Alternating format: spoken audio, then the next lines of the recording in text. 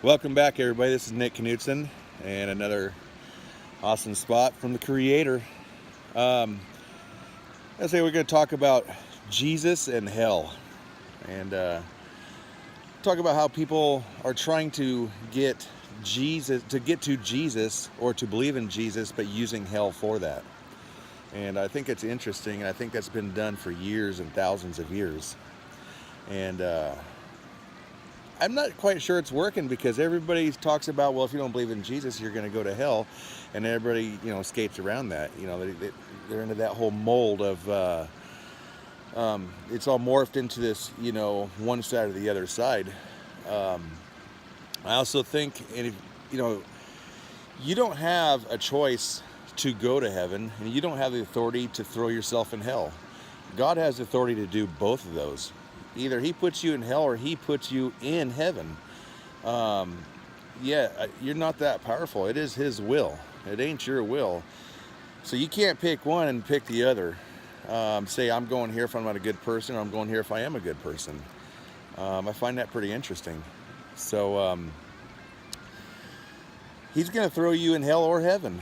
And I'm pretty sure he already put you in his kingdom, and that is heaven. And that is the book of life. And with him doing that, that was on the cross. That was the blood of Christ. And it says, all will confess, and every tongue will confess, and every knee will bow. That all word is still around. And a lot of people say, oh man, this guy's preaching a false gospel about, well, it says some people are going to go to hell. This guy is wrong. Everybody's going to be saved. Yeah, this and that. Yeah, well, the darkness, everybody was put in darkness from Adam. Now we have the new Adam, which is Christ. Now we have been brought out of darkness.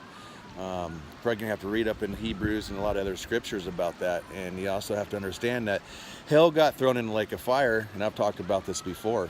The lake of fire, God comes as fire again, and that's his real estate. So instead of trying to convince people that you need to believe in Jesus to go to heaven, why don't we all just convince people that you already are Jesus person, and everybody is Jesus, God, and go with that.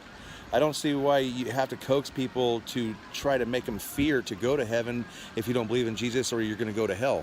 You are already in darkness. He brought you out. I hope this makes sense to a lot of people. I'm going to keep this short, but I don't think it's working. I think the Pharisees and all the people in the churches, it's